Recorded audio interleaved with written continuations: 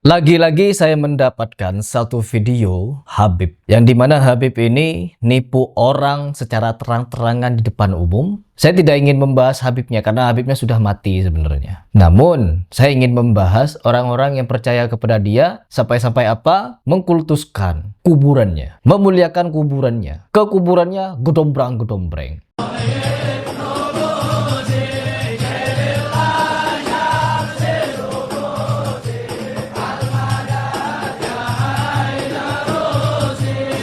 Joget-joget, nyanyi-nyanyi di kuburannya. Habib punya kuburan. Kuburannya dibikinin rumah besar, teman-teman. Nah, di dalam rumah ada rumah kecil. Nah, di dalam rumah kecil itu kuburan si Habib. Agar apa? Agar kuburannya terlihat keramat. Nyaman di kuburannya dengan cara apa? Diberi kipas angin dan AC. Lampu mewah, lampu megah. Itu rumah. Kalau dibuat sebagai panti asuhan untuk nolong orang, luar biasa teman-teman. Anggaran untuk memuliakan kuburan itu, kalau dibuat untuk membantu orang, luar biasa. Tapi apa? Doktrin kuburan nggak boleh pupus di Indonesia. Sampai-sampai kemarin kita dialog ilmiah dengan pembela Habib, ya membela kuburan keramat. Ngalap berkah ke kuburan. Doa kita ketika kita ziarah kepada para wali akan diijabahi oleh Allah Subhanahu wa Ta'ala. Kuburan mereka itu tempat berkah. Jangan dikira walinya sudah meninggal. Justru wali itu kalau sudah meninggal, perhatiannya lebih daripada saat mereka masih hidup. Keramatnya pun lebih banyak kelihatan setelah mereka meninggal.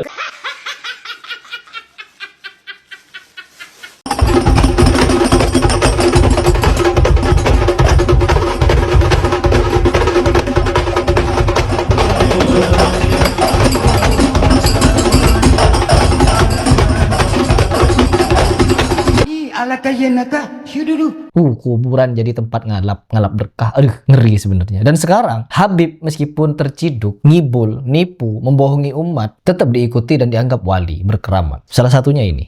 Habib Abdullah bin Abdul Gadir bin Ahmad Bil-Fuqi. Habib Abdullah Gadir, pokoknya Habib Gadir lah. Bin Ahmad Bil-Fuqi. Bil-Faqih. Hafal 7 juta hadis.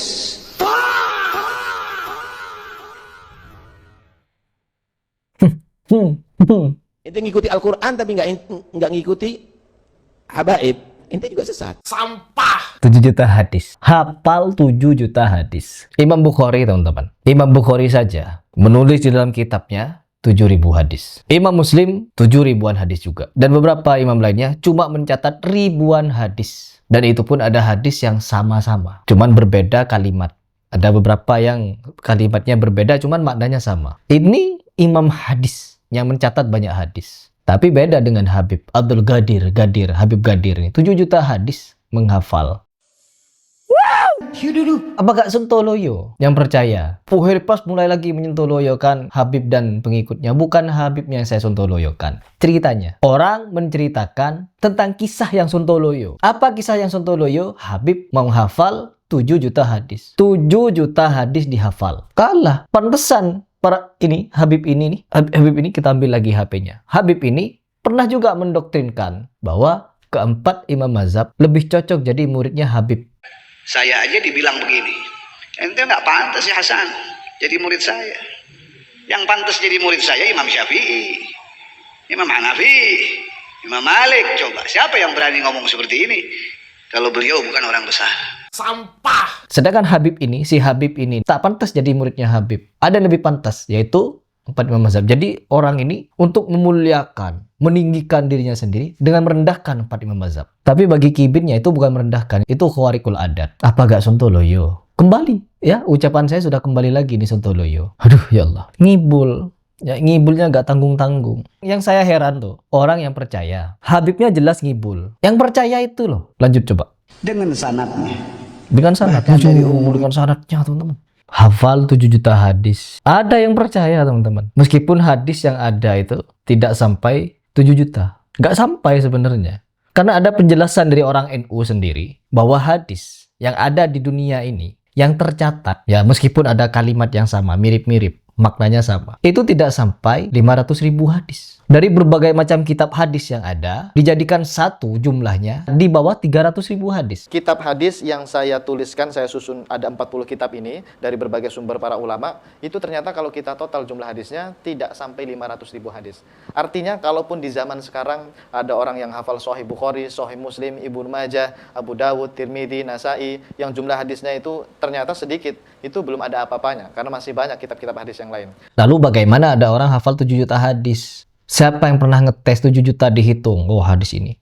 Siapa yang pernah ngetes? Uji ilmiahnya di mana? Yang menghitung jumlah 7 juta itu siapa? Innalillahi wa inna ilaihi raji'un. Yang percaya siapa ini? Dengan sanatnya. Dengan sanadnya. Bahkan dari umur 5 tahun sudah hafal Quran. Beserta tafsirnya. Yo. Bahkan umur 10 tahun kitab Muwatta Imam Malik sudah ada di otak ini. Aish. Yang namanya ilmu syariat dari umur 15 tahun sudah menjadi nafasnya dia. Yo. Habib Umar Hafiz. Habib Umar Hafiz yang dinyatakan hafal Al-Quran, hafal berapa hadis? Ratusan ribu hadis dihafal katanya Habib Umar. Ditantang oleh beberapa kritikus dan peneliti di Indonesia untuk pembuktian hafalannya. Benarkah seperti itu? Sampai detik ini teman-teman, tak ada pembuktian. Harry Pras juga ingin nantang loh begitu Umar Hafiz yang melotot-melotot itu melihat Nabi hadir katanya. Oh enggak Mas, dia bukan melihat Nabi tapi melihat apa? Melihat jin. Apa? Melihat apa? Enak-enak ceramah, lalu diem melotot ke sana, lalu mengucapkan salam kepada Nabi. Itu melihat apa menurut kalian? Versi kalian melihat apa dia?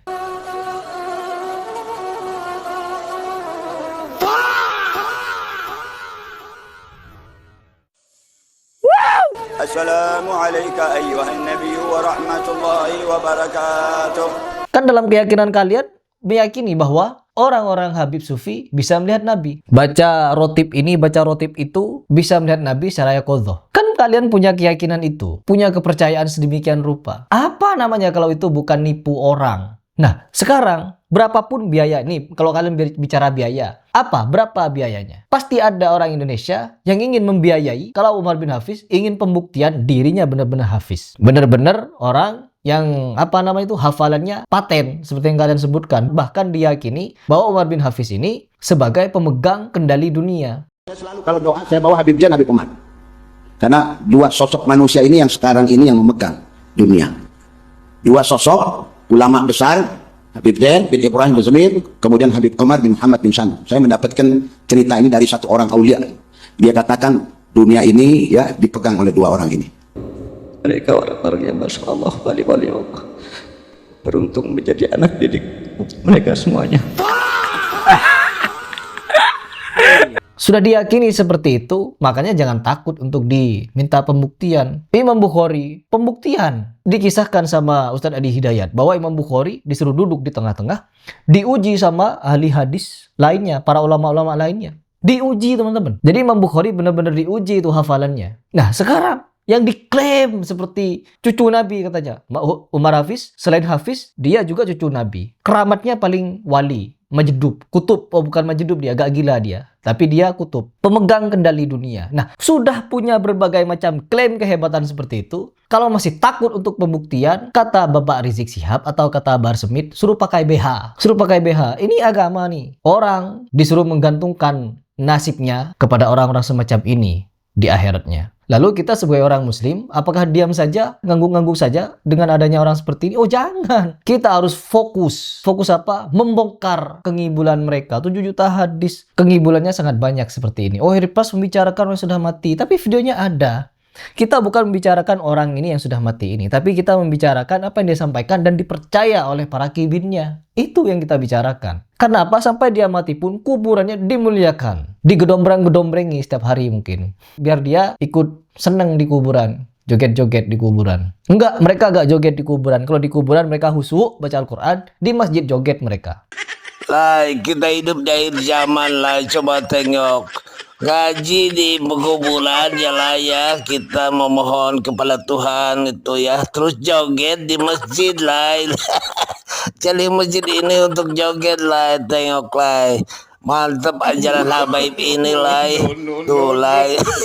Ada lukisannya lagi masjidnya. Mantap banget ini ya. Udah canggih. Itu yang namanya fikih. Fikih. Dari A sampai Z, Syafi'i, Hambali, Hanafi, Maliki sudah dihafal semua. Sehingga pada umur 50 tahun beliau sudah dijuluki Al-Hafidh, Al-Musnid, Al-Kutub, Al-Doktor. Dah. Sontoloyo ya ceritanya. Jadi bagi kalian yang tidak setuju cerita seperti ini saya sebut sontoloyo, mari kita ajak pembuktian para kutub-kutub Habib ini. Jangan mau kalah sama Imam Bukhari. Kalian diyakini hafal jutaan hadis, ratusan ribu hadis. Diajak pembuktian harus berani. Karena dengan hal itu kalian itu seolah-olah menjamin orang-orang nasibnya di akhirat. Orang jualan kacang tidak sholat, maksiatnya agak karu-karuan, mati dalam kondisi cinta Habib, masuk surga tanpa hisab. Kok begitu? Doktrin semacam ini nih tujuannya apa kalau bukan untuk memuliakan golongan kalian? Ditanya man Rabbuka, Habib Abdullah Haddad. Ditanya man Nabiyuka, Habib Abdullah Haddad. Semuanya Habib. Kok yes ada cerita seperti ini dipercaya sama umat? Kok bisa? Tepuk jidat sebenarnya ya.